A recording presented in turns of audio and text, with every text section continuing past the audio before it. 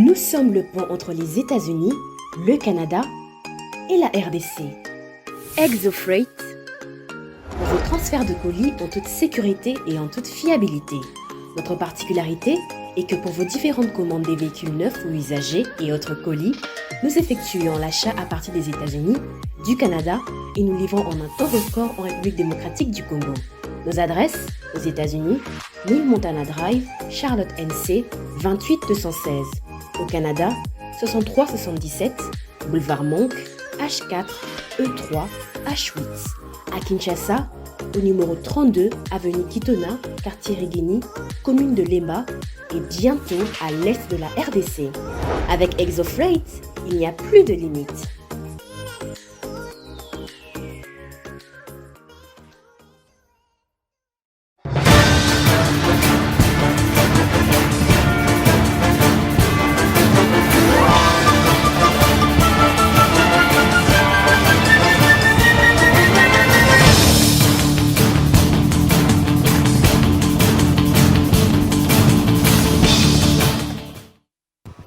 Mesdames, Messieurs, merci de bienvenue dans votre magazine de débats politiques sur Congo Buzz Télévision. Nous avons l'honneur aujourd'hui de recevoir sur ces plateaux Jules Pitra Mukendi. Il est expert en marketing politique. Cher Jules, bienvenue sur Congo Buzz Télévision. Merci beaucoup. Bonjour à vous, Monsieur Daniel. Bonjour à tous les co-débatteurs avec qui nous allons passer un agréable moment ici, je l'espère, en train de parler République démocratique du Congo. Je salue comme ça tous les téléspectateurs de Congo Buzz de cette belle émission. Merci pour l'invitation surtout. Nous avons Maître Yannick Mvumbi qui nous fait également honneur ce matin. Maître Yannick, bienvenue également. Merci, cher ami. Je salue les co-débatteurs ici sur le plateau. Je salue également les nombreux téléspectateurs qui vont devoir nous suivre. Je crois que nous allons parler Congo. Très bien. Nous devons faire un effort d'éviter de rester, de se camponner entre nos camps politiques, opposition, majorité. Il y a la chose la plus précieuse, c'est l'État, c'est la République. Il ne faut parler République et j'espère qu'on aura un débat républicain et vous faites bien de m'associer avec les amis que je vois, de très brillants. Nous allons devoir faire un échange républicain. Merci vraiment. Merci, ils ne sont pas seuls, ils seront accompagnés avec M. Eric Izami, il est analyste politique. Cher Eric, bienvenue également sur Congo Buzz Télévision. Merci, cher Daniel, merci à nos co-débatteurs, merci surtout à ceux qui vont suivre. Je ne viens pas en tant qu'analyste politique, mais plutôt comme journaliste. Je vais donner aussi ma petite part de lecture, si besoin, parce qu'avant d'être journaliste, je suis d'abord fils de ce pays, donc congolais. Parlons Congo pour le développer, pourquoi pas. Merci beaucoup. Et enfin, Monsieur Yves Bandjoko, une fois de plus, bienvenue. Merci, je vous remercie pour l'invitation. Et voilà, on n'arrête pas de se plaindre de la saleté de la ville de Kinshasa. Mais M. Ngobila continue à rouler avec un charroi automobile de 4 véhicules. Et voilà, il est préoccupé par autre chose, à se battre avec Godé Poirier et Gikoko, qu'à s'occuper de ses administrés qui sont les Kinois. Alors, avec eux, mesdames, messieurs, on parle sur l'état des sièges levé, requalifier l'état des sièges ou le maintenir. Ce sont là la première thématique. Et enfin, on parle également sur le processus électoral à la République démocratique du Congo avec ses éminents analystes. Alors, avant de débuter notre débat, Maître Yannick Mvumbi, je voudrais, si vous avez une information, une actualité que vous voulez commenter avant d'entrer en détail de notre débat. Bien, merci, cher ami. Je crois qu'en termes de biscuits, je voulais, vous me recevez souvent ici comme chercheur en droit parlementaire. J'aime le droit parlementaire. Malheureusement, ce cours n'est pas enseigné au Congo. Je suis en train de faire un effort, je me bats pour échanger avec les scientifiques, les juristes, les avocats, mais aussi aller dans les universités pour qu'on enseigne les droits parlementaires. Qu'est-ce que j'ai constaté? Il y a plus de 24 200 candidats aux législatives nationales pour 500 sièges à pourvoir. C'est extrêmement grave pour notre pays, pour notre démocratie. Il y aura probablement 23 700 qui vont devoir ne pas voir leur nom, bon, disons, qui doivent accepter d'échouer ou de perdre les élections. Vous savez, la conséquence, c'est que les cours et tribunaux seront inondés. Déjà, les délais sont très contraignants et nous ne donnons pas non plus beaucoup de temps au juge de la Cour constitutionnelle d'analyser au fond. Vous voyez ce qui s'était passé en 2018-19, où la Cour constitutionnelle s'est dédite. Comme chercheur en droit parlementaire, je vais vous dire que la notion de l'erreur matérielle avait subi un coup dur. L'erreur matérielle ne touche jamais les fonds. C'est au niveau de la forme. En 2018, on avait touché les fonds, malheureusement. Mais déjà, les Congolais ont un problème. Pourquoi voter et pour qui voter? Regardez comment les Congolais votent. Papa social, maman social, Moufino Kwayolo, Moufino Kwangaba.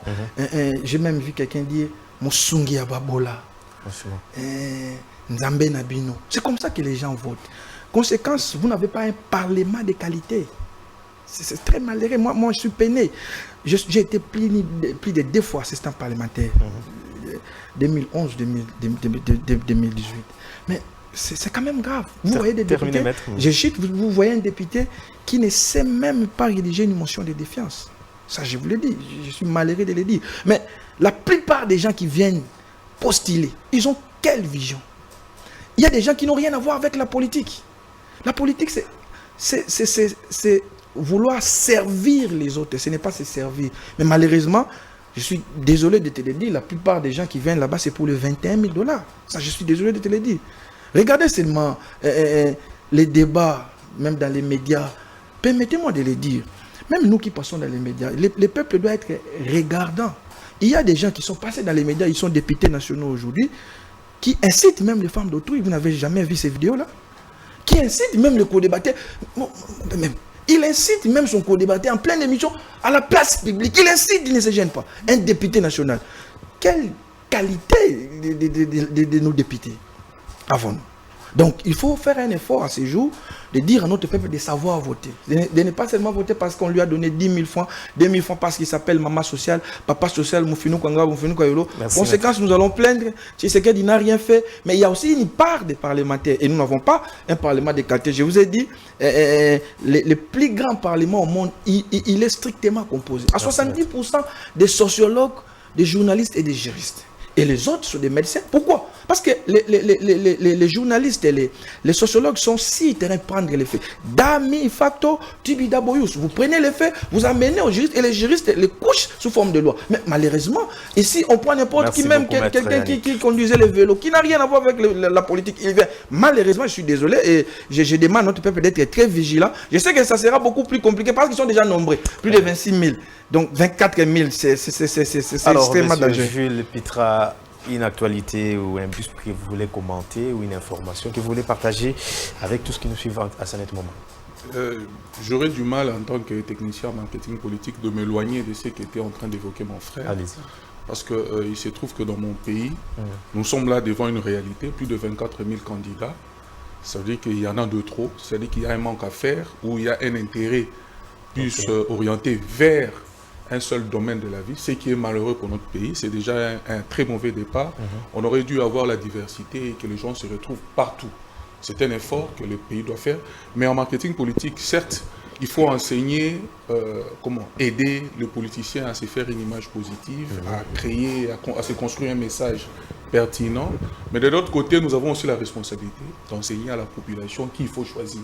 Parce qu'il ne faut pas rencontrer n'importe quoi, il ne faut pas donner son scrutin à quelqu'un qui vous vend du vent. Donc ce n'est pas important. Et donc nous croyons qu'aujourd'hui notre peuple, maintenant nous irons à un 4e cycle, que le peuple soit beaucoup plus regardant, beaucoup plus sévère, rigoureux, comme était en train de dire mon frère, pour ne pas cautionner n'importe quoi, parce que ça y va de l'avenir de notre pays. Merci beaucoup, cher Gilles. Alors, monsieur Eric, votre biscuit avant les débats.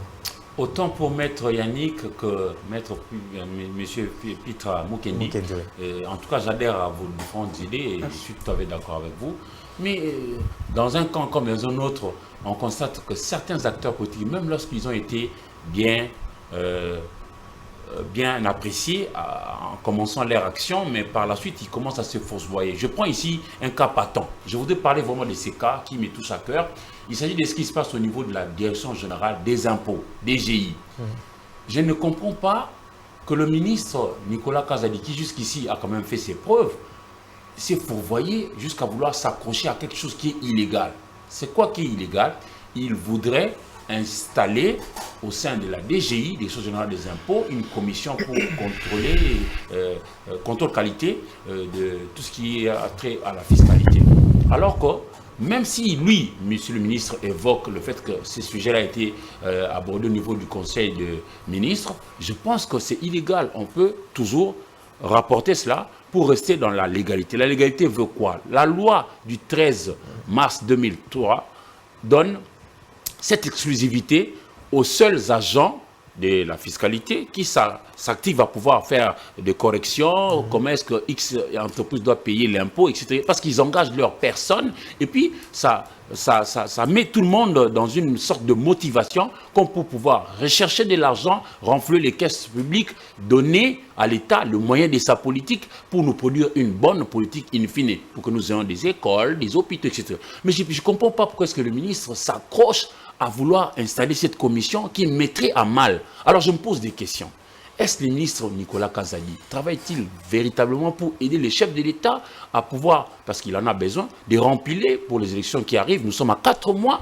Est-ce qu'il s'imagine le désordre que cela peut créer au sein de l'administration fiscale qui est la DGI, et puis même démotiver les agents qui sont censés pouvoir chercher l'argent pour la République et nous permettre de vivre dans la paix? Je me pose la question, est-il là pour aider les chefs ou pour combattre le chef? Je ne me l'explique pas. Voilà pourquoi je voudrais, même l'IGF, qui est cité parmi les gens qui vont faire partie de cette commission. L'IGF est perçu dans notre communauté aujourd'hui comme étant cette structure qui a quand même milité pour mettre fin, tant soit peu, à la corruption qui a gangréné notre manière de vivre. Mais comment est-ce que vous pouvez vraiment vouloir être dans un tel bateau? Rentrons dans la légalité, respectons la loi pour préserver la paix sociale. On a besoin de cette paix-là. Ne mettez pas à mal l'effort déjà engagé, l'effort fourni par les uns et les autres pour rechercher de l'argent et donner à l'État congolais ce moyen de bonne gestion. En tout cas, ça me tenait à cœur pour que je le dise. Monsieur le ministre, vous avez eu à faire quand même un certain nombre de choses appréciées. Ne vous emportez pas par, je ne sais pas, certaines personnes diront même l'ivresse du lait. Le pouvoir peut corrompre et puis vous rendre peut-être un peu fou. Non. N'allez pas sous cette direction-là, revenez sur la loi et puis vous verrez que les choses pourront bien Merci passer. beaucoup, cher Eric. Alors, Monsieur Yves, votre point de vue ou actualité que vous voulez partager avec nous? Rien de spécial, toujours que nous sommes dans la lutte, que nous continuons à préparer la population à l'application de l'article 64 en cas de... au cas où les élections seraient sabordées par le régime de M. Félix Tshisekedi. Dans la nuit de mardi à mercredi, nous avons eu notre siège de Tchangou attaqué, vandalisé par en tout cas certains éléments en uniforme, particulièrement ceux de la police et de la farce du progrès de l'UDPS, la milice de l'UDPS qui n'arrête de s'aimer désolation partout où elle passe. Heureusement, la situation a été rétablie. Pour cette fois, il faut le dire de manière honnête, grâce à certains Banamura, comme on les appelle, qui étaient dans les parages, qui ont jugé que c'était dans une situation d'une incongruité impossible, cette situation qui est des gens qui s'emmènent avec des koulouna, avec certains éléments de la police pour saccager notre siège. Qu'à cela ne tienne, nous continuons et nous maintenons notre lutte. Nous n'allons pas déposer nos candidatures ni à la députation provinciale, comme on l'a fait à la députation nationale, pour attendre l'audit véritable du fichier. On en parlera au deuxième sujet. Merci beaucoup, cher Yves. Alors, je voudrais commencer la toute première question avec Monsieur Jules Pitra. Alors, organisation de la table ronde, quelle est votre lecture du point de vue organisation d'abord? Merci beaucoup, Charles. De vue organisation d'abord ou bien j'attaque les sujets totalement? Allez-y. Merci beaucoup. Je crois que c'était bien arrivé que les Congolais se réunissent pour essayer de parler de ces sujets qui de plus en plus étaient en train de préoccuper plus d'un. L'état des sièges, c'était une mesure d'exception, nous le savons tous, qui avait été comme ça déclenchée par les chefs de l'État. Mais il a pris déjà 2 ans aujourd'hui.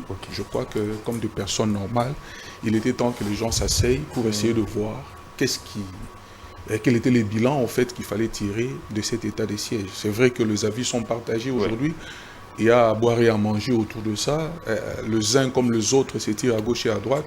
Les uns veulent que cela soit levé, d'autres veulent encore que l'état de siège continue ou peut-être qu'il soit requalifié. Et donc, il y a un débat ouvert autour de ça. Et les politiques aussi s'en mêlent. Vous savez, moi, je retiens une phrase de monsieur le président de l'Assemblée nationale qui disait que les politiciens devront sortir des groupes armés. Et aujourd'hui, je me dis, est-ce que ces politiciens qui portent la voix pour demander l'état des sièges ne sont pas-ils d'une manière implicite aussi membres qui je ne sais pas, je vais dire qu'ils veulent ou bien qu'ils étaient en train de mieux se nourrir derrière cette situation de désordre et que l'état des sièges les a mis mal à l'aise.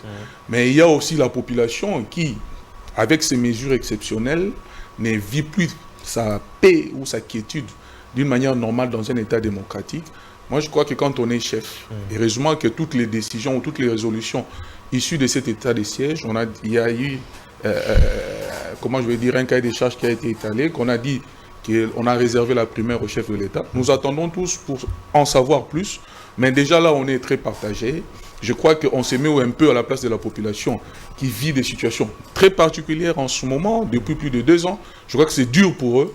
Mais que faire si, quelquefois, les responsables sont obligés de prendre des décisions qui sont impopulaires, parce que c'est à eux que reviennent toutes les manettes, c'est eux qui comprennent toute la situation dans toute l'envergure de la situation. Et je crois que c'était de bonne loi que le chef de l'État appelle à ces assises pour que l'on essaye de réfléchir ensemble et que la décision ne soit pas, je vais dire, trop unilatérale et que ce soit une décision qui soit fécondée par un plus large, comment je vais dire, panel de représentants, aussi bien de politiciens que ceux de la société civile, que des entreprises. Donc j'ai vu qu'il y avait un plus grand panel de gens. Je crois, moi en tout cas, en ce moment ici, je m'en tiens aux avis des uns et des autres. Franchement, jusqu'à ce matin, je me dis que je suis encore tiraillé à gauche et à droite sans vraiment savoir quelle est la décision qu'il faut prendre. C'est vrai que nous devons aller aux élections. Ces zones-là sont des zones qui n'ont pas encore connu leur séance, je vais dire, d'enrôlement et autres. C'est assez difficile pour eux. Donc, je crois que toutes ces questions-là mises ensemble, il faudra pouvoir trouver des décisions. Je crois que quand on est dirigeant, c'est à cela qu'on est appelé. Il faudra prendre des décisions. Même si elles sont impopulaires, je crois que si c'est pour le bonheur de la nation, il faut les avoir. Mais si l'on croit qu'un but a été atteint, je crois qu'il faut le faire, parce que j'ai aussi suivi la commission de défense et sécurité de l'Assemblée nationale qui est en train de taper vraiment son coup sur les objectifs de cet état de siège. Est-ce que les objectifs ont-ils été atteints? S'ils n'ont pas été atteints, pour eux, à les entendre en tout cas, ce que j'ai compris, il faudra requalifier la chose et continuer. Donc, nous attendons encore à voir qu'est-ce qu'il en sortira vraiment. Alors, merci, Maître Yannick Mvumbi, votre point de vue par rapport à tout ce que Monsieur Gilles vient de nous laisser également avec des questionnements. Alors, vous, qu'est-ce que vous pensez de cette organisation? Bon, cher ami, merci pour la parole. Vous m'avez invité comme porte-parole d'un parti, membre de l'Union Sacrée, mais moi je garde toujours ma dépendance d'esprit. Je suis un scientifique, je le reste. Mais avant de répondre à votre question, permettez-moi de passer juste un mot sur ce que mon ami venait de dire. J'entends souvent, oui, mon ami j'entends souvent les gens les dire avec beaucoup de légèreté, nous allons actionner l'article 64 de la Constitution. Est-ce qu'on a déjà lu cet article? C'est un pseudo-droit. Il faut quand vous lisez ces dispositions, il faut avoir des lunettes constitutionnelles. Ça peut d'une manière ou d'une autre vous rattraper. On les voit souvent, les acteurs politiques, même l'opposition d'hier, c'est-à-dire ceux qui sont au pouvoir aujourd'hui, on l'évoquait, article 64. Mais est-ce qu'on a eu le temps de les lire? La ratio legis, l'esprit de cet article, est-ce qu'on le connaît? Parce qu'on va actionner. Mais est-ce qu'on les lit? Ce n'est pas seulement le premier alinéa, il faut commencer du premier jusqu'au dernier alinéa et vous allez comprendre la ratio legis. Qu'est-ce que les constitutions ont voulu dire par là? C'est avec beaucoup de facilité, j'attends, mais je déconseille, mon ami, de le dire toujours, on va actionner, mais on va faire concrètement quoi? J'ai dit, c'est un pseudo-droit, il faut faire très attention. Alors, je reviens sur la question de l'état de siège. Merci. J'ai déjà entendu un débat ici, est-ce qu'il faut requalifier? Est-ce qu'il faut la lever? Moi, je suis de ceux qui estiment que même si on requalifie, mais c'est le maintien de l'état de siège. Donc, en réalité, la requalification n'a pas de contenu. La requalification n'a pas de contenu. C'est soit la levée ou le maintien. Alors, moi, j'ai un avis. Mais lorsque vous lisez les articles 85 de la Constitution, 144, 145, vous avez quand même une idée de l'état des sièges. Je venais de vous dire qu'on n'a pas vraiment un parlement de qualité. Je vais vous donner un exemple. Lorsque vous lisez l'article 85, après avoir ordonné l'état des sièges, il doit y avoir une loi portant mesure d'application. Cette loi n'existe pas jusqu'aujourd'hui alors que ça va faire des mois, des ans. Qu'est-ce que nos députés font? C'est la paresse de l'opposition comme de la majorité. On est ailleurs, alors qu'il y a une situation de l'état des sièges. Et la Constitution vous dit qu'il doit y avoir une loi portant mesure d'application. On est fait comme si on ne lit pas la Constitution. Bon, je reviens pour dire aussi, quand vous lisez la Constitution, l'article 144, la Constitution a donné même un délai de 30 jours. C'est pour dire que c'est un état d'exception. Ça n'a pas pour vocation de perdurer. Les gens ne doivent pas s'habituer à l'état des sièges. Mais moi, j'étais à Goma récemment. Vous n'avez pas l'impression que nous sommes dans un état des sièges. Alors, est-ce qu'il y a eu des avancées? Est-ce qu'il y a eu des failles? Si. Mais moi, je ne voulais pas beaucoup plus parler des failles parce que je risque ici de participer à ce qu'on appelle les journalistes le Congo bashing. Le Congo bashing, mais aussi la guerre hybride, la guerre de l'information. Et je n'aime pas trop aborder cette question parce que très souvent, nos amis de l'opposition tombent. Vous voyez ce qui se passe en Ukraine, par exemple. Ils sont en pleine guerre et il y a des généraux qui détournent et qui font de n'importe quoi. Ils sont sanctionnés par le président. Mais l'opposition ne les soulève pas à la place publique. Pourquoi? C'est pour ne pas donner les arguments à l'adversaire. Mais vous allez apprendre que le président Zelensky a sanctionner les autorités militaires, les autorités des services de renseignement. Donc notre opposition aussi a beaucoup de choses à prendre. Alors, je n'ai pas non plus aimé le fait qu'on a appelé les gens de la société civile. Donc en fait, nous avons quitté les cadres constitutionnels, les cadres institutionnels. On est allé trouver un cadre où les gens devraient se discuter, même les gens qui n'ont rien à voir. Pitre l'a dit, il fallait mettre tout le monde. Ce n'est pas mon avis. Ce n'est pas mon avis. Parce que quand vous lisez la Constitution, l'article 144, in fine, on vous dit l'Assemblée nationale ou le Sénat peut par une loi mettre fin à l'état des sièges. Non, déjà, à ce niveau-là, la Constitution a trouvé des solutions. On pouvait régler cette situation au niveau des institutions. L'Assemblée nationale a plusieurs ouvertures, pouvait faire des consultations, mais que la chose ne quitte pas les cadres institutionnels. Maintenant, qu'est-ce que je constate? On est allé faire appel à je ne sais pas, ils sont combien. Dites-vous qu'il y aura des perdièmes, dites-vous qu'on a payé les billets, tout ça c'est de l'argent. Mais qu'est-ce qu'ils ont fait de spécial que nous ne connaissons pas? Qu'est-ce qu'ils ont fait?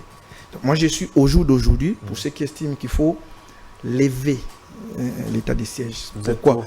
Nous sommes dans un contexte électoral. Quand on vous dit état des sièges, il y a des restrictions, des restrictions de liberté.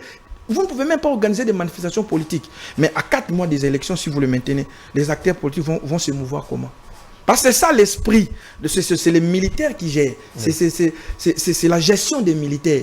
Merci beaucoup, maître. Laissez-moi quand même chuter. Alors, je crois qu'il faut que le président, je sais que c'est quelqu'un qui fait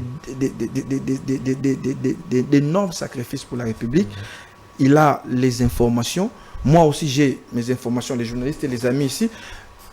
Nous avions vu tous les avantages de l'état des sièges, mais aussi les désavantages. Ça peut nous permettre à nous, Congolais, aux élites politiques, aux dirigeants politiques, de prendre une décision conséquente. Mais je voulais dire, pour chuter, que les gens ne se trompent pas. Si on décide de la lever de l'état des sièges, cela ne signifie pas que l'armée ne va plus rien faire. Parce que pour certains, on ordonne la levée de l'état des sièges, donc la guerre va continuer. Non, on doit continuer à maintenir la pression militaire, donner beaucoup plus de moyens à notre armée. Et vous allez voir que les choses vont évoluer. Et je crois qu'à ce stade, je peux me limiter. Très bien. Alors, cher Eric, votre point de vue par rapport à l'organisation, parce que Maître Yannick a déjà abordé la question d'après la levée, avec le combat va continuer sur le terrain. C'était ma question. Alors, votre point de vue par rapport à l'organisation d'abord, et puis vous allez continuer avec les sujets. Merci de la question, mais je note que quand mon frère Vumbi a parlé, Yannick, il dit que la question serait déjà réglée au niveau de la Constitution. Il n'a pas tort quand il évoque l'article 144 par rapport à ça. Mais seulement, il faut dire ici que l'état de siège a duré 2 ans et 3 mois. C'est-à-dire que ça a quitté aussi la sphère politique pour cette fois-là embraser la sphère sociale.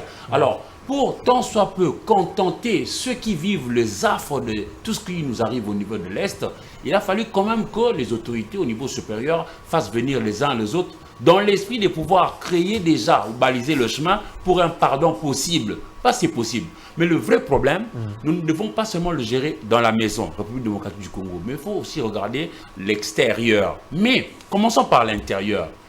J'ai toujours dit que Mbosso n'avait pas tort, parce qu'on n'atteint pas 80 ans comme ça.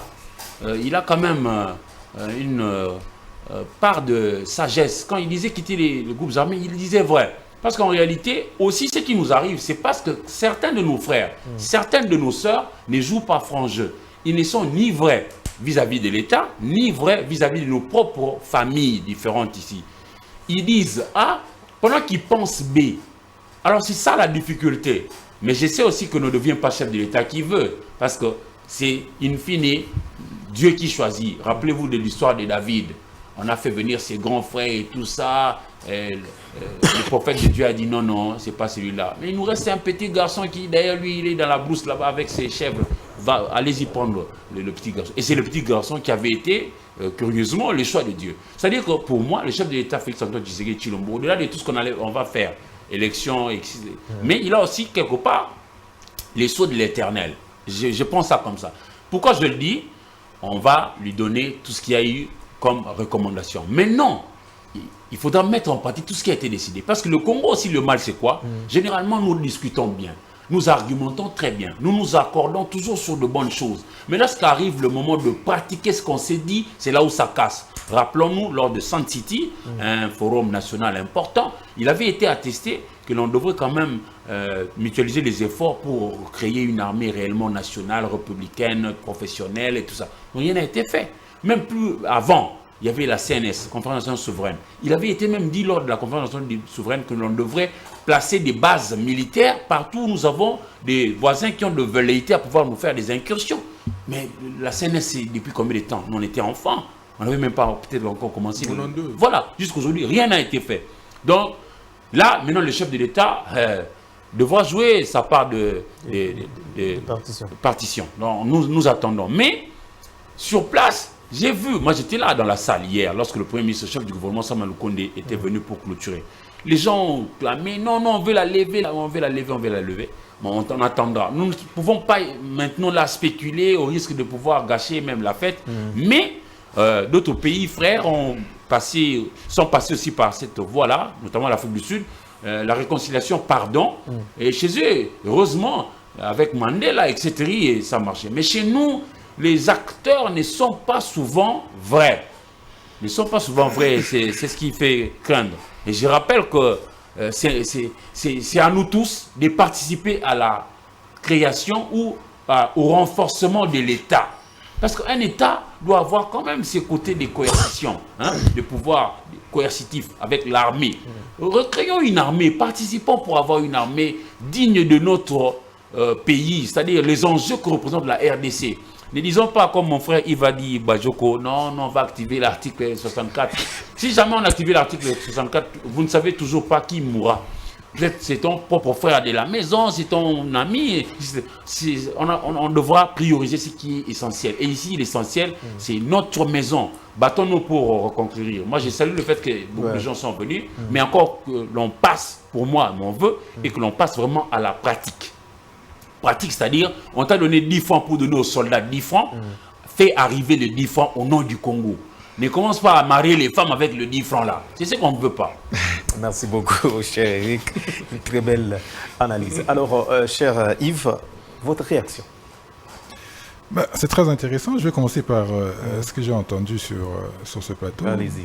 Maître Yannick Vumbi, porte-parole d'un parti de l'Union Sacrée, sûrement l'un des 300 créés l'année dernière. Non, non. Pour, Arsène, parti de l'honorable Justin Vitakuya, c'est depuis 2015. C'est en sérieux. Vitakuya, bon, c'est votre choix. J'aime pas les débats des individus. C'est votre choix. Vous aurez la parole. C'est votre choix. Allez-y. Mais qu'à cela ne tienne, un parti qui dit quelque chose de très grave. Je vais d'abord commencer par lire l'article 64. Tout Congolais a le devoir de faire échec à tout individu ou groupe d'individus qui prend le pouvoir par la force ou qui l'exerce en violation des dispositions de la présente Constitution. Et le deuxième alinéa qui dit toute tentative de renversement du régime constitutionnel constitue une infraction imprescriptible contre la nation et l'État. Elle est punie conformément à la loi. Je le lis en entièreté, comme ça il n'y a pas d'ambiguïté. D'abord, Maître dit que c'est un pseudo-droit. Vous entendez? C'est un juriste et il dit que c'est un pseudo-droit. Donc, il organise des nouvelles qualifications dans les droits. Il y en a qui sont des pseudos et il y en a qui sont plus importants que les autres. Bon, ça ne m'étonnerait pas. Surtout que M. Félix Tshisekedi a dit que la justice est théâtralisée, que lui c'était le metteur en scène et Maître Yannick, ce sont les acteurs qui exécutent la mise en scène qu'il a mis en place. Donc c'est un droit. C'est à la limite même une obligation. C'était un droit, à la limite même une obligation pour nous de nous comporter comme tel et c'est la Constitution qui nous le recommande. Très bien. Donc c'est de notre droit de dire que nous allons appliquer l'article 64. Qui va mourir, c'est pas ça la question. Le plus important, c'est que le Congo subsiste après nous. Si moi je veux mourir, si moi je veux mourir, il n'y a pas de problème. Si un autre va mourir, il n'y a pas de problème. Non, moi je ne mourrai pas. Le plus important, c'est le Congo qui est plus important que toute chose. Et le Congo n'a pas besoin de mort. Ça nous dépasse. Suffisamment. Ça nous dépasse, ça nous transcende. Est-ce qu'il faudrait que les gens meurent? Je dis non. C'est pourquoi nous avons proposé le plan de sortie des crises en son temps, en 2019, pour essayer de mettre tout le monde autour d'une table, de discuter des questions qui touchent à la République, pour essayer de trouver des solutions. Malheureusement, il y en a qui n'entendent que eux-mêmes, surtout à l'Union sacrée, et qui ont jeté ça au calendrier grec. Mais pour aujourd'hui, faire une table ronde. Lorsque M. Félix Tshisekedi a pris la décision d'amorcer cet état de siège, de lancer l'état de siège, il a pris avec qui? Avec personne. C'est par une correspondance qu'il a adressée à l'Assemblée, au bureau de l'Assemblée, et point barre. Il a pris sa décision, bien lui en prend, il est responsable de ce qu'il fait. Et pourquoi lorsqu'il faut la réviser, lorsqu'il faut la lever ou lorsqu'il faut prendre une nouvelle orientation, il faut qu'il appelle tout le monde? Eh bien, la réponse est simple. C'est qu'au niveau de l'Union sacrée, chez Maître Yannick Mvumbi, ils sont présidents de tout et jamais responsables de rien. Ils se sont rendus compte, effectivement, que l'état des sièges était un problème. Mais ils ne veulent pas sortir de là où ils ne veulent pas le prolonger par eux-mêmes. Ils veulent trouver des boucs émissaires pour leur dire, voilà, les responsables sont là, c'est eux qui ont demandé. D'ailleurs, M. Félix Tshisekedi l'a dit, en Ituri avec les notables. Ce n'était pas moi qui ai décidé de mettre l'état des sièges en Ituri, mais sont les notables de l'Ituri qui ont demandé l'état des sièges. Déjà, premier problème et premier quoi. D'autant plus que ces hommes de la société civile demandaient la levée de l'état des sièges. Mais lorsqu'on vient à la télé, lorsqu'on s'exprime, et surtout lorsqu'on est chercheur, lorsqu'on est... comme mon ami Pietra, expert en marketing, on vient de manière factuelle.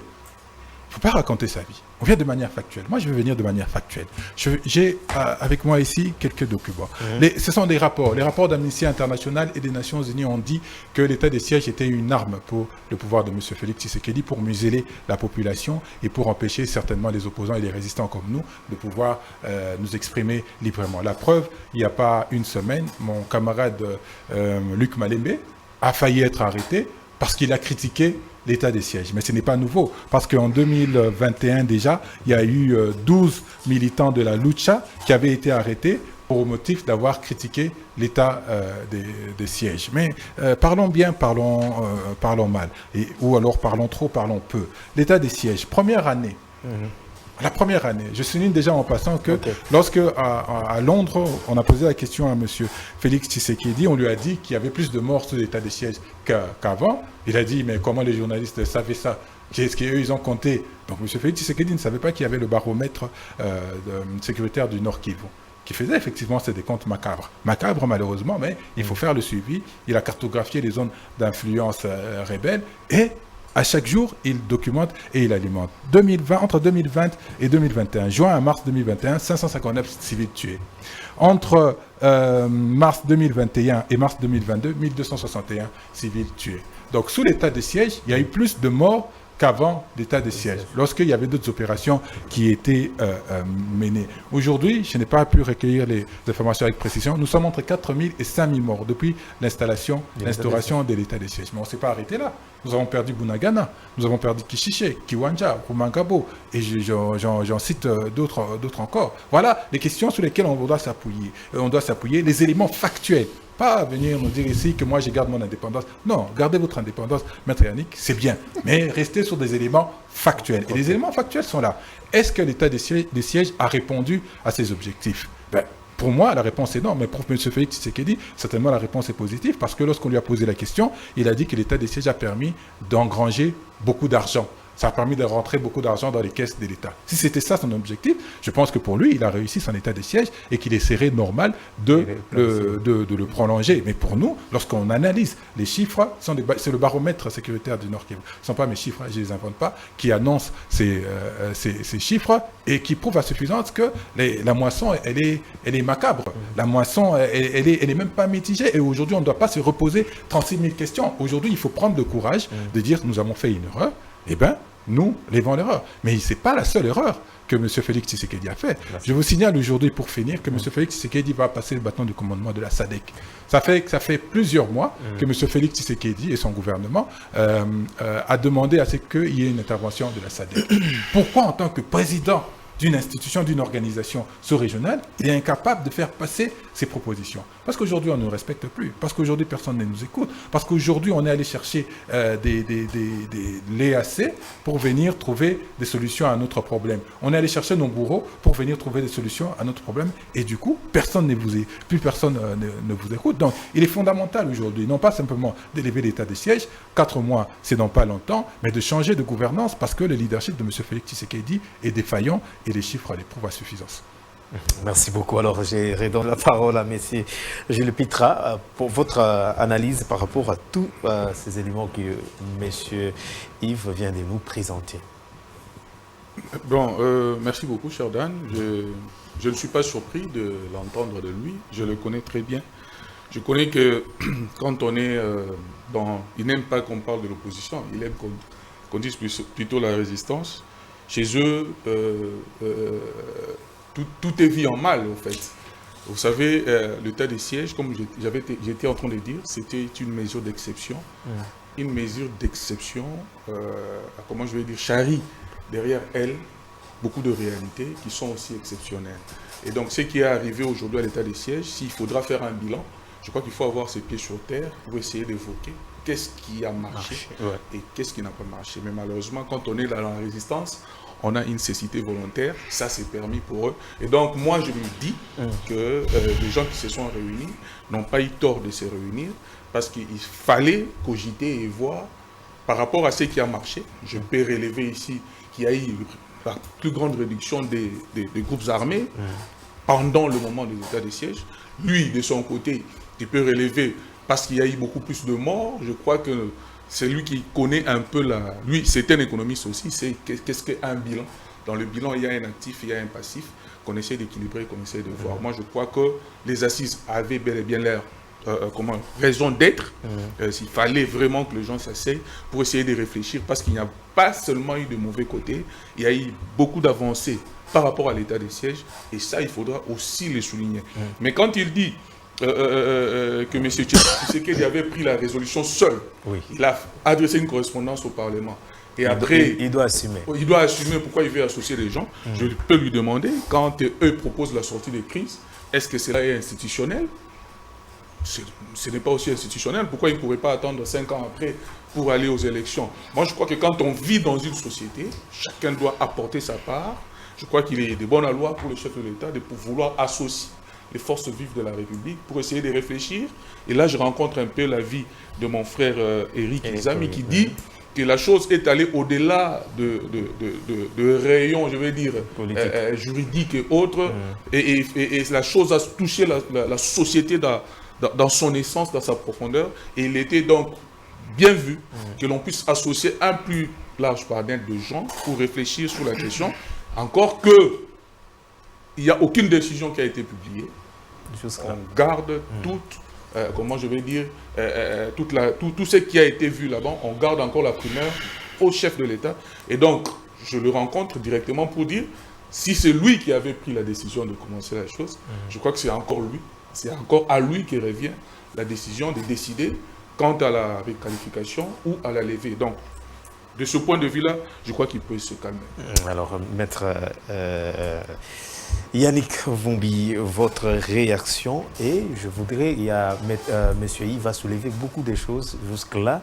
Cependant, l'objectif de l'état des sièges était de neutraliser, de mettre fin à tout ce qu'il y a comme guerre à l'Est. Mais ça n'a pas marché. Il y a aujourd'hui l'évaluation et nous attendons que le chef de l'État puisse prendre la décision finale. Alors, selon vous, quelle est votre lecture par rapport à tout ce que M. Yves a élevé? Bon, je vais revenir sur ce qu'Éric a dit. Il y a bien des choses importantes. Je commence par mon ami Yves. Bon, vous savez, lorsque on lit la Constitution, il y a ce qu'on appelle la ratio legis. Et pour comprendre la ratio legis, il faut lire les travaux préparatoires de Sun City. Probablement, vous n'avez pas lu. Ce n'est pas vraiment la Constitution qui est lue parce que tu ne comprendras jamais l'esprit de Constitution. Il faut lire les travaux préparatoires de Sun City pour comprendre. Vous avez lu l'article 64. Je prends même les premiers alinéas que vous aimez tant et vous allez comprendre.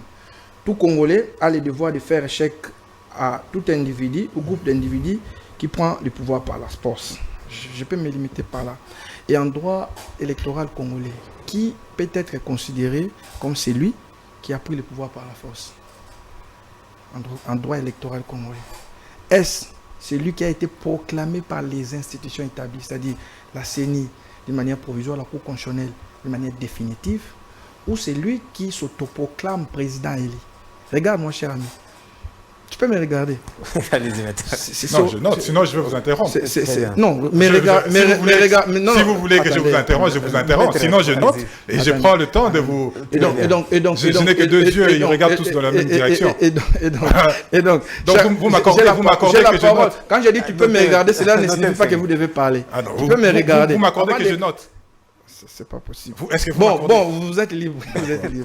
Et donc, est-ce que c'est lui qui s'autoproclame président élu? N'est-ce pas celui qui veut prendre le pouvoir par la force?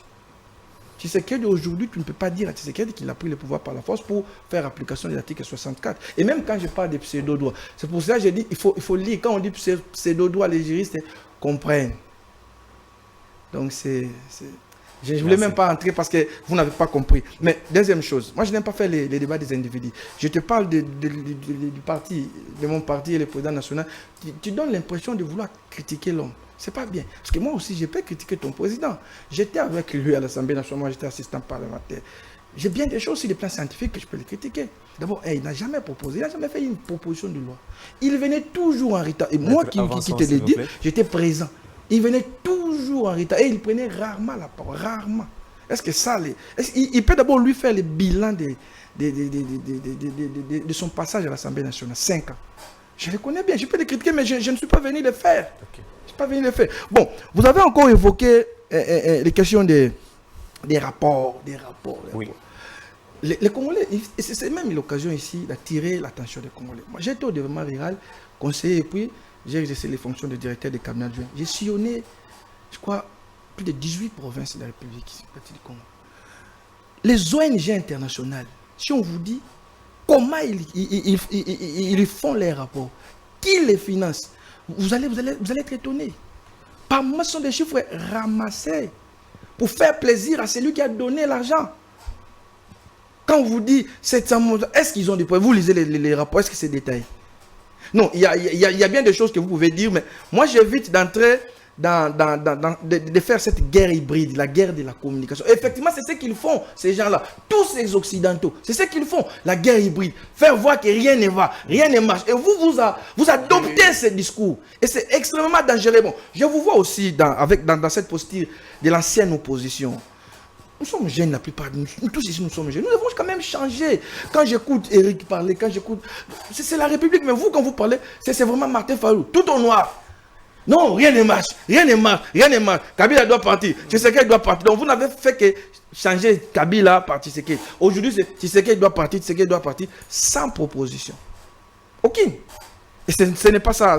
Je crois que je n'ai même pas beaucoup de temps à perdre parce que je ne voulais pas participer à cette guerre hybride. Faire voir aux gens que rien ne marche. Rien ne marche. Alors que les gens qui le font, ils ont beaucoup de moyens plus que nous. Et ils le font déjà. Et nous, dans nos médias, on ne peut pas le faire. On ne peut pas relayer ce genre de messages. Mais je voulais partager quand même les points de vue de mon ami Eric. Quand il dit, au niveau interne, il faut faire quelque chose, mais au niveau externe. Moi, je voulais beaucoup plus parler du niveau externe. Lorsque vous lisez l'ouvrage de Charles Onana, Holocauste au Congo, l'omerta de la communauté internationale, vous allez comprendre qu'il y a des implications au plus haut niveau des États les plus forts du monde, notamment les États-Unis, l'Angleterre. C'est décrit. Et Onana, contrairement à d'autres, il est précis dans son ouvrage. Peut-être que Yves n'a jamais lu. Il cite nommément. Peut-être que vous n'avez jamais lu l'ouvrage, je peux te le donner même après ici. Il faut lire. Alors, qu'est-ce que nous, les Congolais, nous devons, sachant que nous sommes faibles devant les Occidentaux. Mais il faut développer cette capacité. La force à l'interne. Exactement. Vous savez, l'intelligence, c'est quoi? C'est la capacité de s'adapter dans des circonstances nouvelles, envie de trouver des solutions. Maintenant, nous avions constaté 10 ans, 15 ans, 20 ans, 30 ans, bientôt 30 ans, qu'ils sont pratiquement en train de faire les mêmes choses. Qu'est-ce que nous devons faire comme intellectuels, comme dirigeants politiques? C'est ça. Est-ce qu'on ne peut pas développer une sorte de lobbying au niveau de l'extérieur? Les cabinets existent. C'est tout ce que les Tutsi-Rwandais font tous les jours. Le Congo bashing dont parlait. Le porte-parole l'a dit, a accusé le Washington d'être une ils ne feront. Mais je vous dis, mais ce qu'il a dit, c'est vrai. Ils ne feront. Mais qui protège Kagame? Qui? Il fait mention au rapport ici. Dans tous les rapports, on cite nommément le Rwanda. Est-ce qu'on a déjà sanctionné le Rwanda? Mais ça, lui, il ne l'interpelle pas, lui, mon ami. Donc, Eric a soulevé un point important. Nous devons travailler l'aspect extérieur. Bien qu'au niveau interne, nous avons des problèmes, Eric l'a soulevé. Mais on doit aussi travailler tant au niveau de l'interne qu'au niveau de l'externe. Mais il a aussi parlé, il faut recréer l'armée. Je suis d'accord avec vous, cher ami. Très d'accord avec vous. Moi, j'aime ce genre de débat. Nous devons effectivement recréer notre armée. Mais sur ces points, il y a quand même des avancées. Permettez-moi de dire, moi j'ai eu la chance de les lire, il y a un document sur la politique de défense. Un bon document. Depuis plus de 30-40 ans, on n'en avait pas. Maintenant, il y en a. Moi, j'ai eu le temps de les lire parce que je suis dans les couloirs de l'Assemblée nationale, je les lis. Et il y a aussi la loi sur la programmation militaire. Lorsque Kabila quitte le pouvoir, moi j'étais conseiller dans un cabinet ministériel. On a travaillé avec Joseph Kabila. Lorsqu'il quitte le pouvoir, Kabila a laissé le budget de l'armée à 150 ou de 200 millions. Mais aujourd'hui, il y a un effort, nous sommes dans les 500-600 millions. Avec la loi de programmation militaire, nous allons même vers 1 milliard, 500 milliard, vous voulez dire. 1 milliard 500 millions. C'est quand même des avancées. Mais nous devons mettre un peu du sérieux. Oui, sérieux. Là vous avez raison, mais je vais épingler une chose. Vous savez, moi je suis avocat. Il ne faut pas démobiliser ceux qui sont en train de chercher l'argent justement au niveau de la DGI. Exactement. Collecte les exactement. les royalties. Mais est-ce que mon ami Yves, mon ami Yves sait aujourd'hui, pendant que nous sommes en train de parler, il y a des officiers militaires qui sont derrière les cours et tribunaux parce que certains sont en intelligence avec l'ennemi, d'autres parce qu'ils ont détourné l'argent de l'État. Yves, est-ce que vous le savez? Eric l'a dit. Je suis avocat, je sais de quoi je parle. Mais il y a, dans un passé récent, 20 ans, vous ne pouvez pas imaginer qu'un colonel en fonction, qu'un général puisse être arrêté. C'est comme ça qu'Yves a dit, Eric a dit, il faut recréer l'armée, mais bannir aussi les mauvaises pratiques, la corruption. Vous savez, vous ne pouvez pas gagner une guerre si l'argent qui est affecté est détourné, mais si vous avez aussi des infiltrés, au moment où nous parlons, il y a un travail de fond qui est en train de se faire pour dénicher les infiltrés. Je ne peux pas les dire ici. Moi, j'ai quand même des sources bien introduites au sein de l'armée qui me l'ont confirmé, qu'il y a un travail dans ce sens-là. Donc, je crois que l'état de siège ne devait pas venir tout régler comme mon ami veut faire croire aux gens. Non. On vous dit, pour un délai de 30 jours, le conscient est clair. Est-ce que dans 30 jours, vous pouvez mettre fin à une guerre qui a duré plus de 30 ans? Non. Ça veut dire quoi? Essayez de voir, est-ce que l'état de siège, voir par exemple les limites de l'état de siège. Moi, je ne dis pas que c'était parfait. Mais mon ami a évoqué les avancées. Mais je n'aime pas trop aborder la question pourquoi. Nous risquons de participer à cette guerre hybride, la guerre de l'information. Nous sommes sur Internet. Vous ne savez pas combien et comment les Rwandais sont en train de scruter nos faits et gestes. Mais les gens ne le savent pas. moi je suis désolé de te dire, moi et Bitakoura, nous ne pouvons même pas aller au Rwanda au jour d'aujourd'hui. Nous sommes fichés. Pourquoi? Mais les émissions que nous faisons, ma petite vidéo au Rwanda, quand j'ai dit il faut défier Kagame, c'est ce qu'ils m'ont dit, les amis, vous ne pouvez même pas venir ici. C'est que nous sommes en train ici, ils nous regardent ces gens-là. Alors, là-bas, ils ne parlent jamais du bon du Congo. Mais ici, nous sommes en train de faire leur éloge. C'est pas possible. Donc, nous devons changer. Si hier, les opposants d'hier ont tout critiqué, vous n'êtes pas obligé de suivre cette logique. Ici, c'est le Congo. Ici, c'est le Congo. On vous disait tantôt, l'article 64 que vous faites allusion, mon ami, peut-être c'était une interprétation. Vous ne savez pas la violence. Il faut la condamner d'où qu'elle vienne. Parce que vous ne savez pas, il n'y a pas quelqu'un qui détient le monopole de la violence. Il vous disait d'une manière ironique, tu peux aussi mourir, moi je peux aussi mourir. Mais nous ne voulons pas de ça. Vous voyez, comment c'est beau quand nous discutons comme ça. Comment c'est beau. Je suis sûr, avec votre façon de parler, votre façon de réfléchir, je sais que vous n'allez pas m'inciter, moi non plus. Contrairement à ce que nous voyons certains députés s'incitent à la place publique, nous faisons déjà un débat sérieux. Moi je crois, au jour d'aujourd'hui, pour permettre aux candidats de s'émouvoir dans tous les coins et recoins du pays, il faut lever l'état de siège. Mais cela ne signifie pas qu'on va laisser les boulevards au Rwandais. Loin ça faux. L'armée doit faire son travail régalien. Merci beaucoup, cher Eric. Je voudrais revenir sur un point que vous avez soulevé, très important. C'est au-delà de tout ce qu'il y a comme effort à l'interne, on doit beaucoup plus miser sur l'aspect extérieur. Alors, je voudrais... Monsieur Yves va soulever un point, il dit, Félix Tshisekedi est président. Aujourd'hui d'ailleurs, ils sont à Luanda, où ils vont passer les bâtons des commandos à son homologue. Il était président de la SADC. Qu'est-ce qu'il a fait? Où est-ce qu'on nous en sommes avec le processus de Nairobi, tout ce qu'il y a comme diplomatie agissante, après la levée au maintien, je ne sais pas moi, nous attendons encore la décision finale. Qu'est-ce qui va se passer? C'est un flou à la fois entretenu, mais un flou à la fois susceptible d'être vaincu. Mais encore faut-il que nous ayons véritablement la volonté de pouvoir arriver à accrocher et jusqu'à obtenir cette victoire. J'ai lu un auteur qui mérite d'être élu, Charles Baudelaire, Le Fleur du Mal.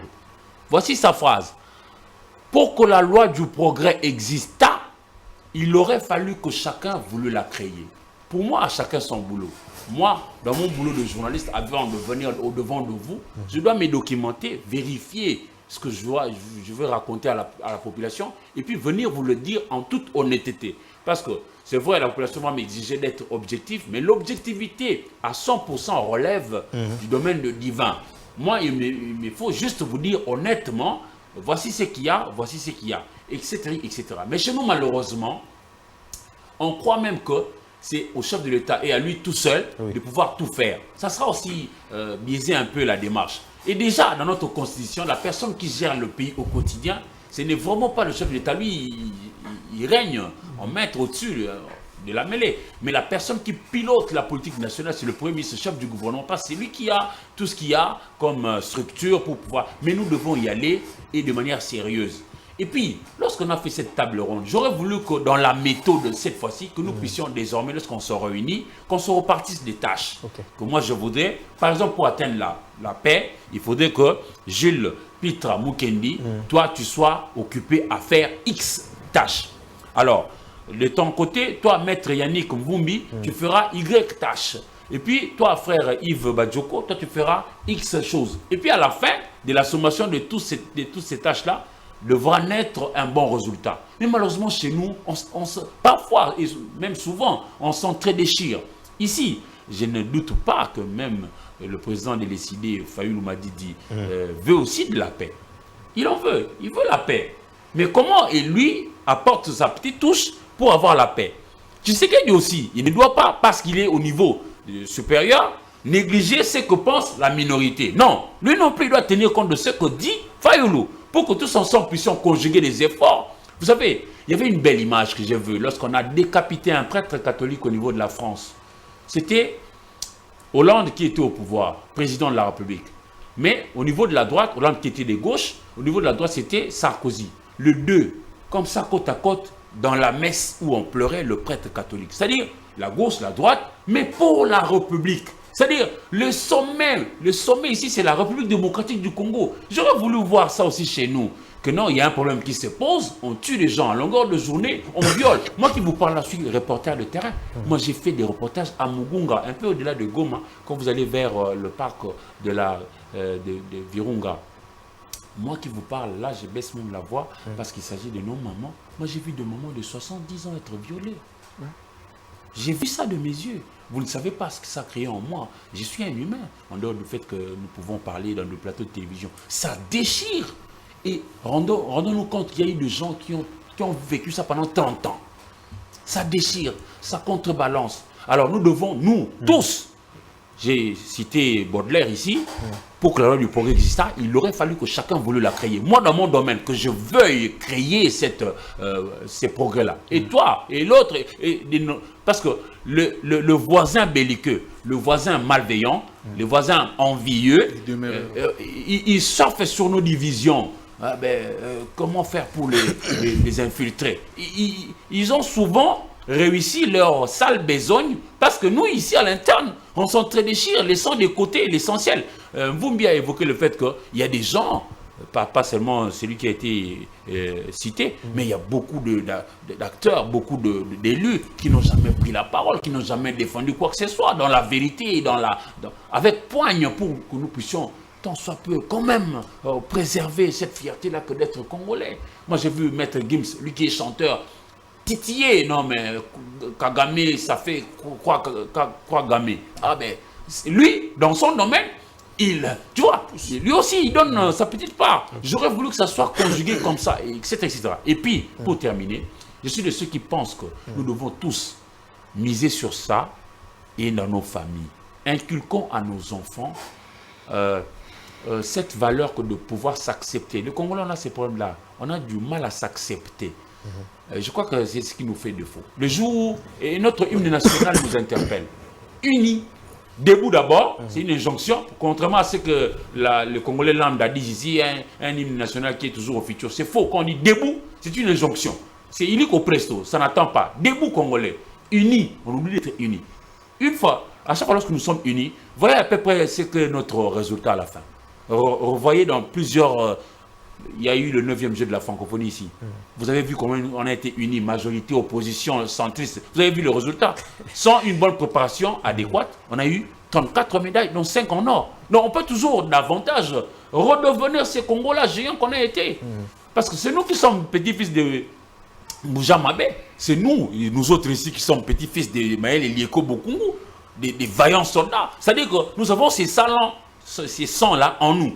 Avec un peu du sérieux, nous pourrons étonner le monde. Pourquoi pas que les autres parlent du miracle congolais comme ça a été le cas avec le 9e jeu de la francophonie. Alors je voudrais terminer avec, avant d'accorder la dernière parole à M. Yves, pour clôturer, pour qu'on prenne la dernière question qui est beaucoup plus électorale. Alors, monsieur Maître Payanik... Mais eux, ils ont pris moi, j'ai pas encore Oui, c'est lui qui va clôturer. Donne-lui la parole. Lui va clôturer. Je voudrais juste soulever... Encore qu'il est minorisé, il faut qu'il parle. Donne-lui la parole. C'est la deuxième fois. Non, je voulais juste qu'il précise. déjà m'en plaindre. Parce que, non.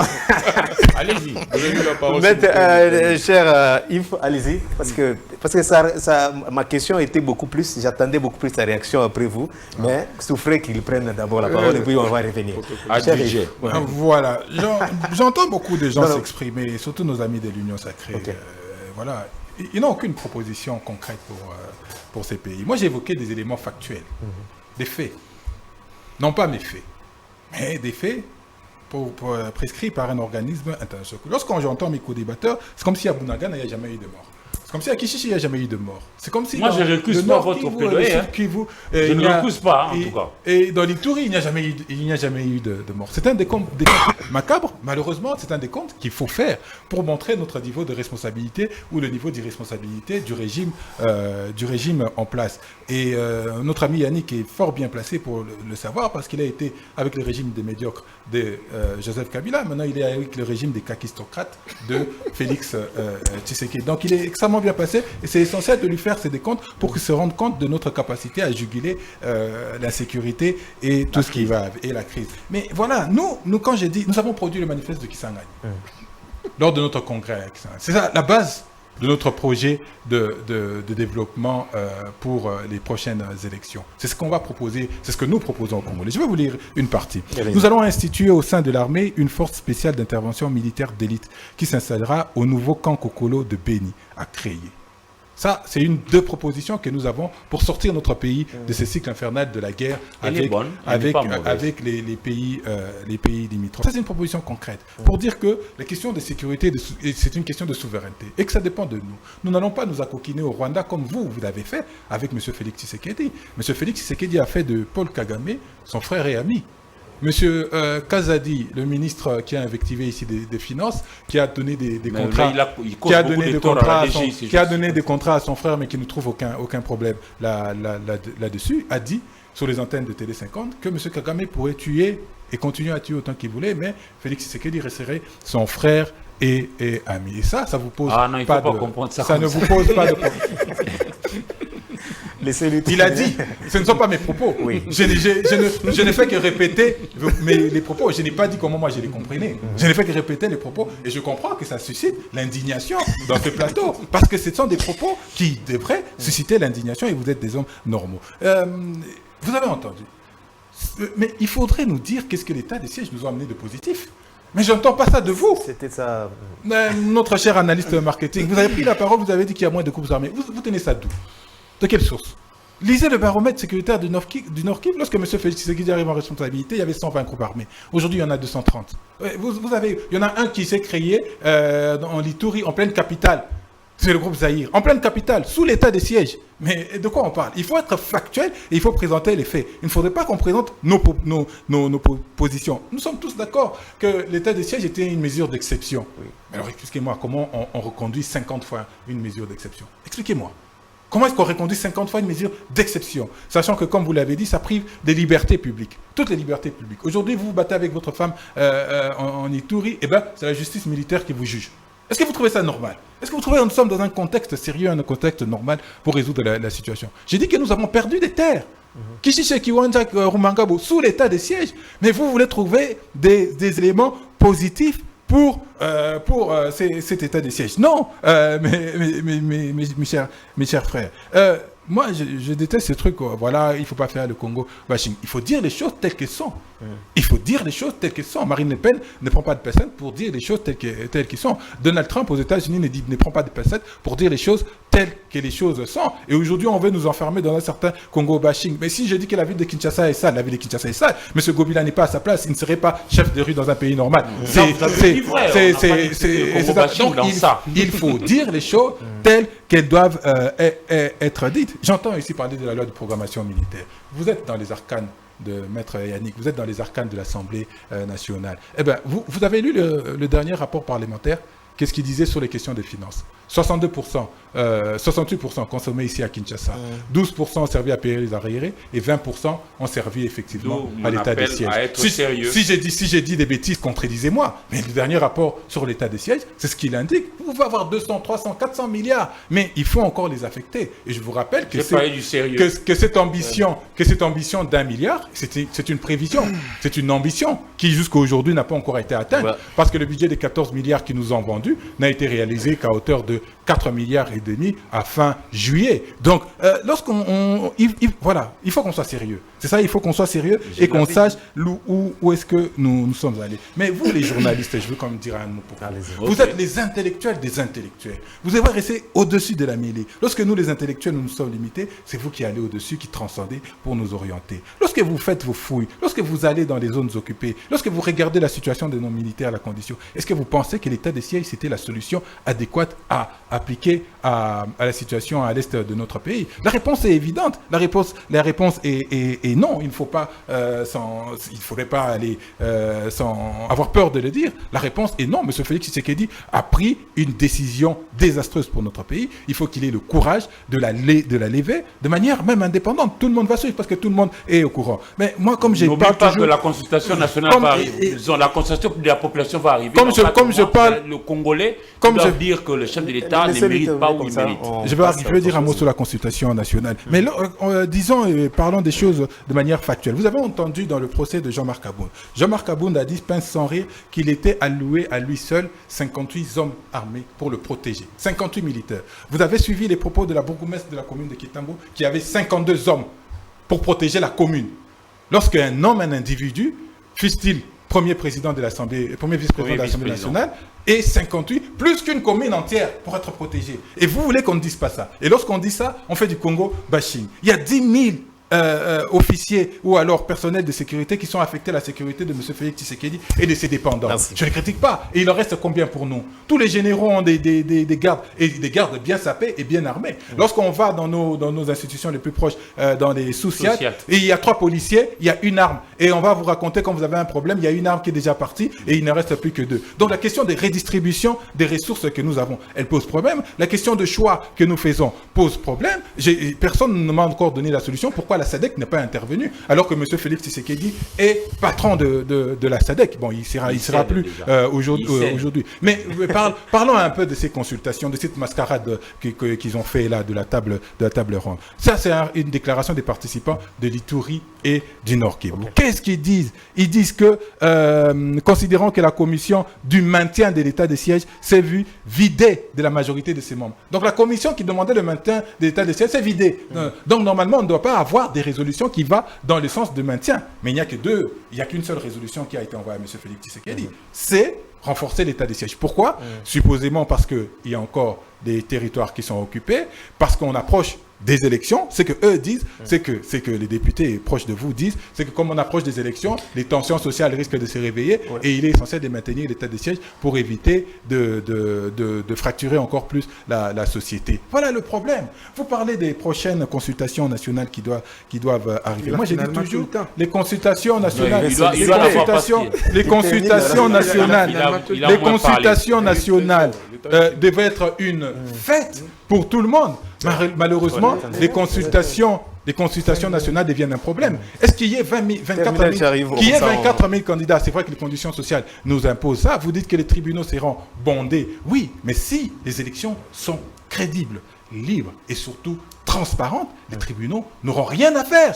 Parce que C'est impossible. Mais non. C'est impossible. Mais non. S'il y aura 24 000, il y aura 23 000 qui vont se obligatoirement. Mais pourquoi? Mais en France, il y a aussi des candidats. Combien? Même si on a pas. La question, c'est de la transparence. Si on fait une transparence efficiente, ou, allez, je donne un exemple, on utilise la blockchain en informatique et que les résultats sont diffusés. Les résultats d'abord sont proclamés dans les centres de vote et diffusés automatiquement. Merci beaucoup, Ils maître. seront publiés. J'ai dit proclamés, moi. Dans les centres des votes. Proclamés, qui proclame les résultats? Et que ceci soit directement retransmis en direct, et bien ça va enlever. Si on fait un audit du fichier électoral, au lieu qu'il y ait 23 000 plaintes, il y en aurait peut-être 10 000. Et si on renforce la confiance, si l'on renforce la confiance entre tous les acteurs, on pourrait quitter de 10 000 à 2 000. Donc il y a moyen, en faisant des élections libres, crédibles et transparentes, et surtout apaisées, parce que nous voulons que ce soit une joute que nous partageons. Mais l'état des sièges, j'espère que le journaliste à côté, le journaliste qui est à côté de moi me dira combien ça a coûté. Merci beaucoup. J'entends 100 millions de dollars. Avec 100 millions de dollars, on construirait 2 stades, comme Tata Raphaël. On réhabiliterait des infrastructures plus importantes que ça. Mais si c'est comme vous alléguez, malheureusement, les chiffres ne sont pas vrais parce qu'aucune source crédible n'est là annoncée. Et pourquoi? Ah mais vous de l'argent public qui est utilisé et on ne nous rend pas compte. Vous trouvez normal. Merci. Alors, maître Yannick, par rapport à la question électorale qu'il a évoquée, un point de vue comme ça, on termine. Ouf, j'aurais bien voulu les raconter parce qu'il a évoqué pas seulement beaucoup de choses, mais des mauvaises choses et des fausses. Allez-y, terminons. Mais nous n'avons pas assez de temps. Je constate que nous allons vers les élections. Tout porte à croire que les délais constitutionnels seront respectés. il est malheureux, c'est un garçon intelligent. Il pouvait Je suis pas malheureux. postuler. Comment vous dites que Non, je suis c'est malheureux? malheureux pour vous parce que vous pouvez même postuler. non. Malheureusement, vous êtes esclave, paraîtement, les thèmes de votre chef. Je sais au fond de vous, vous n'êtes jamais d'accord avec lui. Parce que je partage aussi très peu de temps avec des très proches collaborateurs de Fayoulou qui ne cessent de me dire que Oui, vous n'êtes plus Banda. qu'un juriste. Vous aussi, je suis sûr et certain que vous n'êtes pas d'accord avec Fayoulou. Mais malheureusement, c'est lui votre chef et vous ne pouvez pas le contredire. Vous ne participerez pas aux élections. Je voulais demander au peuple congolais d'être sérieux, de faire un bon choix. De ne pas voter les papas sociaux, les mamans sociales, les gens qui n'ont aucune vision, les gens qui n'ont rien à voir avec la politique. Comment vous pouvez imaginer Moudano Tekamadessou, il n'a jamais fait la politique. Du coup, comme ça, candidat. Et nos partis politiques, les regroupements politiques doivent faire un travail sérieux. Moi, je suis dans un regroupement politique. Il y a des gens, même quand nous discutons entre nous au niveau de la santé, est-ce que c'est messieurs? Mais vous voyez, les messieurs, ceux qui vont et comme il a des relations avec tel XX, il appelle, et c'est malheureux. Conséquence, c'est que vous aurez une assemblée nationale comme celle finissante. Si les 500 députés, il y a une septantaine de personnes qui prennent régulièrement la parole et d'une manière consistante. Les autres qui sont pour, qui sont contre. Pas de parlement de qualité. Et conséquence, Papa Tshisekedi était là sur l'Ikambo, même si c'est un travail de l'Assemblée nationale. Eric Izame a dit, tout le monde doit faire son travail. Journalistes, musiciens, députés. Et le travail parlementaire n'est pas un travail facile. Ce n'est pas comme ça, même les idiots, permettez-moi l'expression, les idiots, les gens qui ne savent rien, peuvent devenir des députés. Regardez comment notre Assemblée nationale, à chaque fois que nous la critiquons, à chaque fois que nous faisons une position, moi je suis dans le couloir. C'est avec beaucoup de peine que je l'ai dit. Il y a des députés qui ne savent même pas écrire. Ça, je te l'ai dit. Je te dis, je suis sérieux. Nous sommes dans le même groupe WhatsApp. Quand il écrit un message, il n'a même pas étudié ce message. Mais qu'est-ce que vous venez faire? Qu'est-ce que vous venez faire en politique? Non, parce qu'il y a un 21 000 $, parce qu'il y a comme ça, parce qu'il y a comme ça. Et c'est malheureux pour notre pays. Merci beaucoup. Alors, cher Pitra, alors, qu'est-ce qu'on retient aujourd'hui par rapport à la question électorale? Et puis, on termine avec M. Eric. Non, on va terminer avec moi. Ok, très bien. On revient. Merci beaucoup, cher Dan. Merci beaucoup, cher Dan. Je suis vraiment... j'ai été flatté du niveau du débat de ce jour. Moi également. Même si M. Yves nous a un peu mené en bateau, comme d'habitude. Quand il raconte des choses comme qu'on a fait 58 soldats militaires à une seule personne, c'est comme si c'était la décision du chef de l'État. Or, ce sont des dispositions qui sont données ou qui sont édictées par les lois du pays et c'est observé comme ça. Dans le Parlement, c'est d'ailleurs là la marmite qui prépare toutes les lois et ils sont participants. Je ne sais pas qu'est-ce qu'ils font là-bas dedans pour changer ces choses-là. Le malheur du Congo, c'est quand c'est pas moi, tout ce qui est fait est mal, est mauvais. Et je crois que c'est un niveau que nous devons tous transcender. C'est un effort que nous devons tous faire. Sinon, nous allons vers nulle part, en fait. Parce que le Congolais, c'est toujours, quand moi je ne suis pas là, c'est pas bien fait. Mais l'opposition aussi, comme je l'ai toujours dit dans plusieurs plateaux de télévision aujourd'hui, je crois que l'opposition du haut-toit de là que je m'y mette, c'est dépassé. Ça, c'est l'opposition du vieux Étienne Tshisekedi, paix à son âme. Mais aujourd'hui, les gens devront comprendre que le monde est devenu un village planétaire et qu'il faut être des éco-citoyens pour comprendre ce qui s'est fait. Comment je vais dire, donner des propositions, parce que quand je les sens critiquer tout ce qui s'est fait sur l'état des sièges, je ne sens pas quelles sont les propositions. J'ai vu là seulement lu une seule phrase où il fallait installer le camp Kokolo à l'est, et je ne vois pas dans la pratique qu'est-ce que ça veut vraiment dire, qu'est-ce que cela amènerait dans la concrétisation des choses. Je crois que c'est cela. Il faudra, moi je les invite, et qui sont de la résistance, à pouvoir proposer de plus en plus. C'est comme ça que j'ai toujours salué l'action du président de Mouzito. J'ai toujours dit que celui-là, au moins, pour avoir participé à la gestion de la chose publique, quand tu l'entends parler, tu sens que c'est quelqu'un... Il en comprend le méandre. Voilà, qui comprend tout le rouage, il n'est pas très sec dans ce qu'il dit. Il comprend que la parole est une chose, l'art en est une autre. Alors, cher Eric, moi, je voudrais plutôt inviter notre population à pouvoir participer à cet exercice du renforcement de la démocratie. Ce n'est pas mauvais. Nous sommes une jeune démocratie. Nous n'allons pas tout de suite atteindre le niveau de la France, où aussitôt fait, aussitôt on a... Non, ça sera illusoire que de dire ça au Congo. Mais nous pouvons y arriver avec le travail. On construit un pays non pas seulement par le verbe, non. Le verbe, oui, parce qu'on doit s'accorder sur ce qui doit être fait. On s'est déjà accordé à une constitution, respectons-la. Je prends par exemple le cas ici. Il y a eu 1500 prestataires qui ont travaillé d'arrache-pied pour nous produire un travail salué lors du 9e journée de la francophonie. Ils n'ont pas été payés. Comment vous expliquez ça? On C'est dit, pas bien. Oui, on dirait que ça serait, je suis au conditionnel, ça serait le ministre des Finances qui bloquerait. Pourquoi bloquer? Tout celui qui a travaillé mérite son salaire. Je crois que le Congo ne va seulement pas se construire parce qu'on est fort. Non, on venait d'enterrer Silvio Berlusconi. Nous tous ici, nous voulons travailler pour gagner un petit quelque chose. Mais personne d'entre nous n'atteindra la richesse de Silvio Berlusconi. Il s'en est allé, il a tout laissé. Le Congo demeurera. Alors, qu'allons-nous léguer à nos enfants, nos petits-enfants? Travaillons, aimons ce pays.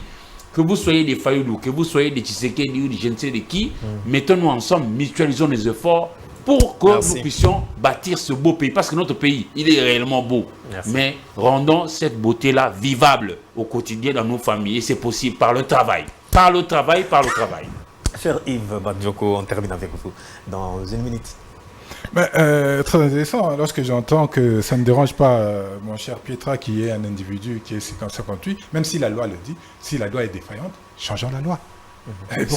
Pourquoi on doit... Mais ça fait 5 ans qu'ils sont en responsabilité, ils ne l'ont pas fait. Ça fait 5 ans qu'ils sont en responsabilité, ils ne l'ont pas fait. Lorsque j'entends Yannick dénigrer les mamans qui vendent les cacahuètes et les haricots au coin de la rue, moi ça m'étonne. Lorsque vous leur déniez encore le droit d'être candidat aux élections, moi ça m'étonne. Attendez, quel est le niveau de M. Félix Tshisekedi? Nous ne connaissons pas. Si vous le connaissez, dites-nous. Alors il ne faut pas insulter une partie de la population et protéger une autre. Tout Congolais a droit. Il n'y a pas de sous-droit. Les droits sont les droits. La maman au coin de la rue a le droit de postuler. Mais cependant, vous vous plaignez de votre propre turpitude. Comment expliquer que vous avez voté une loi avec un seuil de recevabilité de 300 candidats pour participer aux élections et vous vous plaignez aujourd'hui qu'il y ait énormément de candidats. Vous avez créé 300 partis satellites pro-Tshisekedi et vous vous plaignez aujourd'hui qu'il y ait plein de candidats à participer. Vous avez vous en faites pas. Vous avez des raccordements frauduleux. Voilà l'arrêté pour les mandataires. Voilà l'arrêté pour les mandataires de l'INPP. Ils doivent toucher 30 000 $. Lorsque vous créez des disparités, vous ne voulez pas parler de tout à la fois. Mais je vous rencontre pour vous dire que vous avez créé tellement de disparités que les Congolais, doivent vivre. Et pour vivre, ces Congolais se disent que la politique, c'est l'endroit vers lequel il faut qu'on nous dirige. Les Congolais doivent sanctionner, les Congolais doivent sanctionner à travers des élections crédibles, où tout le monde participe. Les élections, vous n'allez pas prendre part. Merci beaucoup, mesdames et messieurs. Les élections, vous n'allez pas prendre part, malheureusement. Papa Tshisekedi, à un moment, a mis de côté son ego. Les élections ne peuvent pas être... Et lui, il commet un erreur. Alors, mesdames et messieurs, merci d'avoir suivi ces magazines. Chers messieurs, merci pour votre participation. Les rendez-vous est pris prochainement. D'ici là, portez-vous bien. Au revoir. Au revoir.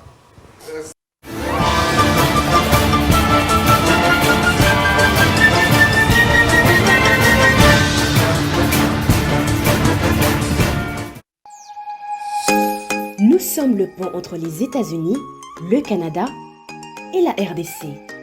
ExoFreight, pour vos transferts de colis en toute sécurité et en toute fiabilité. Notre particularité est que pour vos différentes commandes des véhicules neufs ou usagés et autres colis, nous effectuons l'achat à partir des États-Unis, du Canada et nous livrons en un temps record en République démocratique du Congo. Nos adresses, aux États-Unis, 1000 Montana Drive, Charlotte NC, 28216. Au Canada, 6377, Boulevard Monk, H4, E3, H8. À Kinshasa, au numéro 32, avenue Kitona, quartier Rigini, commune de Lemba et bientôt à l'est de la RDC. Avec ExoFreight, il n'y a plus de limites.